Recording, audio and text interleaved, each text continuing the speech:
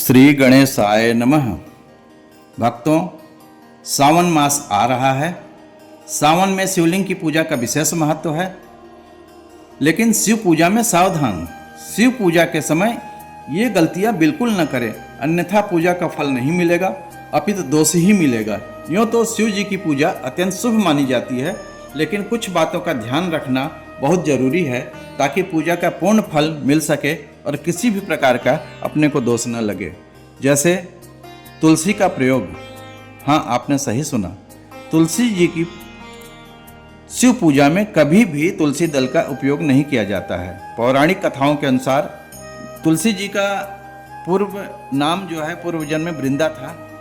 जालंधर नामक राक्षस की पत्नी थी और इन्हीं जालंधर का वध शिव जी ने किया था, इसलिए शिव जी के ऊपर में तुलसी दल नहीं चढ़ाया जाता है। भगवान महादेव को केतकी और चंपा के पुष्प भी नहीं चढ़ाए जाते हैं। कहते हैं कि इन पुष्पों को महादेव ने श्राप दिया था। भगवान शिव को हल्दी और कुमकुम भी नहीं चढ़ाए जाते हैं। वैसे तो ये दोनों वस्तुएं सौभाग्य और श्रृंगार से संबंधित होती हैं, पर शिव जी बैरागी हैं, अतः इनके ऊपर हल्दी और कुमकुम नहीं चढ़ाया जाता है। शंख से भी भगवान शिव के ऊपर जल नहीं चढ़ाया जाता है। पुराणों की कथा के अनुसार शंखचूड़ नामक राक्षस का वध शिव जी ने किया था और शंख को शंखचूड़ का प्रतीक माना जाता है, अतः भूल से भी भक्तों को भगवान शिव के ऊपर शंख से जल नहीं चढ़ाया जाना चाहिए। अगर किसी भक्त से भूल हो गई है तो भगवान शिव से क्षमा प्रार्थना करें। भोले सचमुच भोले हैं, भक्तों को शीघ्र ही क्षमा कर देते हैं। खंडित बेलपत्र। शिव की पूजा में खंडित और टूटे हुए बेलपत्र कभी न चढ़ाएं। हमेशा साफ सुथरे बेलपत्र को धोकर ही चढ़ाएं। बेलपत्र को चढ़ाने के पूर्व पत्ती के नीचे डंठल को तोड़कर निकाल देना चाहिए। बिल्व पत्र को शिव जी पर हमेशा उल्टा ही चढ़ाना चाहिए, यानी चिकना भाग शिवलिंग पर और पृष्ठ भाग ऊपर की ओर रहना चाहिए। बेलपत्र चढ़ाते समय यह मंत्र जरूर पढ़ें।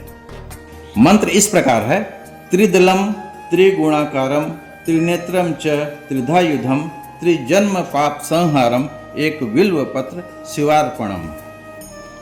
इस मंत्र को पढ़कर जब आप शिवलिंग पर बेल चढ़ाएंगे, बेल पत्र चढ़ाएंगे, तब आपको भगवान शिव की असीम कृपा मिलेगी। शिवलिंग पर जल, दूध या अन्य द्रव्य चढ़ाते समय हमेशा ध्यान रखना चाहिए कि लोटे या जलपात्र जो भी हो, उसकी धार शिवलिंग पर सतत गिरनी चाहिए।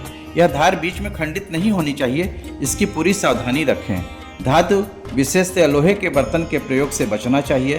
तांबे, सोना, चांदी, पीतल, कांसा आदि के बर्तन का प्रयोग करना चाहिए, परंतु तांबे के बर्तन से भगवान शिव को जल चढ़ाते समय विशेष सावधानी यह रखें, इसमें दूध डालकर न चढ़ाएं। भगवान शिव के ऊपर या अन्य किसी देव के ऊपर बासी पुष्प, खंडित पुष्प न चढ़ाएं। हमेशा ताजे पुष्प का उपयोग में लाएं। हाँ, ग्रंथों में कहा गया है कि माली के घर में बासी फूल का दोष नहीं लगता है, अतः आप माली के घर से बासी फूल भी लेकर भगवान शिव के ऊपर अर्पण कर सकते हैं। किसी भी देव की पूजा में पूजन सामग्री कम हो तो भी कोई फर्क नहीं पड़ेगा, अपितु आपकी श्रद्धा शुद्ध होनी चाहिए।